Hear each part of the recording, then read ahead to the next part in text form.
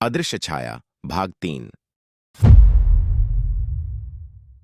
गांव में लौटने के बाद चारों दोस्तों ने निश्चय किया कि वे भूल भुलैया वन के रहस्यों को अब तक के सबसे खतरनाक तरीके से उजागर करेंगे।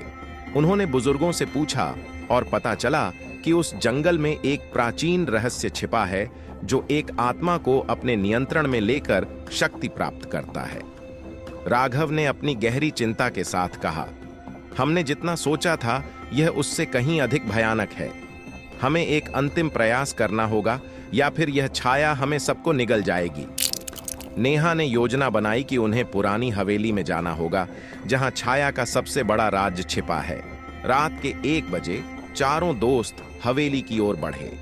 हवेली अब एक खंडहर में बदल चुकी थी। उसके दरवाजे और खिड़कियां टूट चुकी थीं और एक भयानक अंधेरा पसरा हुआ था। हवेली के अंदर घुसते ही एक अजीब सी ठंडक और घुटन का एहसास हुआ। जैसे ही वे हवेली के अंदर गए, अचानक हवेली के दीवारों पर पुरानी तस्वीरें और अजीब चित्र चमकने लगे। में एक ही आदमी बार बार दिख रहा था जिसकी आंखों में एक भयानक चमक थी। अचानक दीवारों से चिल्लाने की आवाजें आने लगीं। यह आवाजें एक रहस्यमय आदिम मंत्र के समान लग रही थीं। राघव ने हवेली के एक कमरे में एक पुराना संदूक देखा। संदूक को खोलते ही हवेली में एक अजीब सी शक्ति का एहसास हुआ। संदूक में एक बेतरतीब सी किताब और एक रहस्यमय पत्थर था। राघव ने किताब को खोला और पाया कि उसमें एक विशेष मंत्र लिखा था जिसे पढ़ने से छाया को नियंत्रित किया जा सकता था।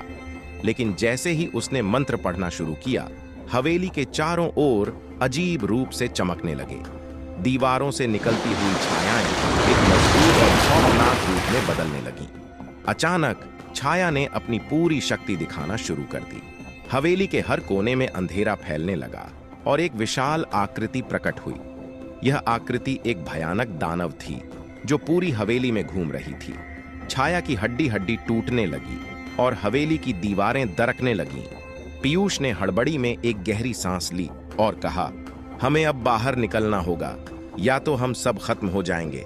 नेहा ने तुरंत किताब की ओर इशारा किया और कहा, हमें इस मंत्र को पूरा करना होगा। अगर हम इसे सही से पढ़ लें तो हम छाया को रोक सकते हैं। चारों ने एकजुट होकर मंत्र को पूरा किया।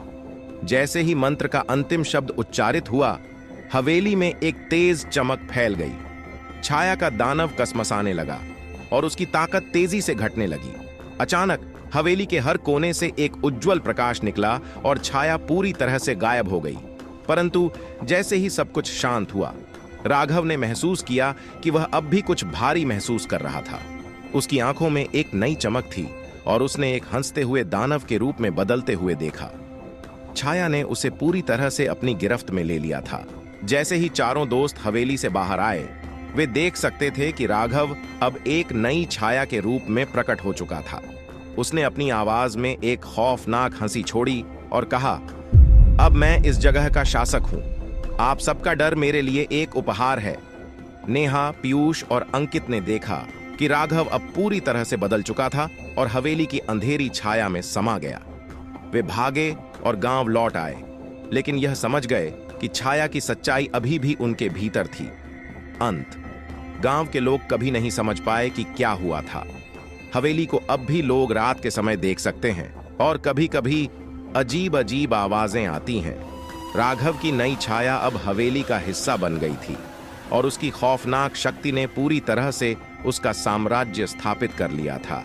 मूल संदेश: कभी-कभी सबसे बड़े रहस्यों को जानने का प्रयास खुद को और दूसरों को पूरी तरह से बदल देता है।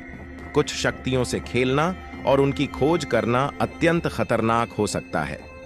इस किस्म की दिलचस्प कहानियां सुनने के लिए सब्सक्राइब करें।